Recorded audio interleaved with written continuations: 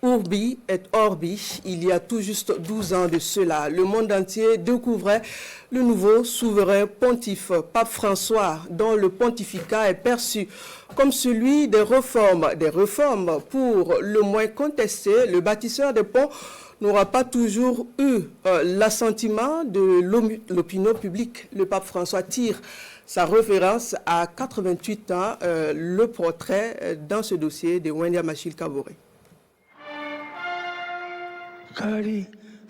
Chers frères et sœurs, joyeuse Pâques.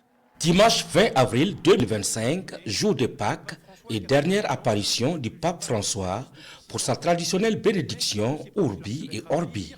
Il n'a que brièvement pris la parole avant qu'un de ses collaborateurs ne lise le contenu de son allocution. Décédé ce lundi de Pâques à l'âge de 88 ans, le pape François, premier du nom, premier jésuite, premier pape latino-américain et premier non-européen à diriger l'Église catholique, est le 266e pape de l'histoire. Né le 17 décembre 1936 à Buenos Aires, en Argentine, José Mario Bergoglio, élu pape en 2013 après la renonciation de Benoît XVI, prend le nom de François. Chef de l'Église catholique, évêque de Rome et souverain de l'État de la Cité du Vatican, le pape François était auparavant archevêque de Buenos Aires, un ardent défenseur de la justice sociale et de la dignité humaine. Son pontificat d'une durée de 12 ans est marqué par un déplacement du centre de gravité de l'Église vers entre autres l'Amérique latine et l'Afrique, et des prises de position progressistes en faveur de la lutte contre le réchauffement climatique, pour l'accueil des réfugiés et la justice sociale.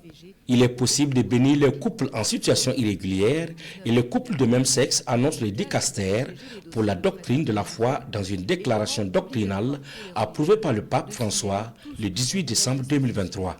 En dehors cependant de toute ritualisation et imitation du mariage, la doctrine sur le mariage ne change pas et la bénédiction ne signifie pas l'approbation de l'union, avait clarifié le Vatican.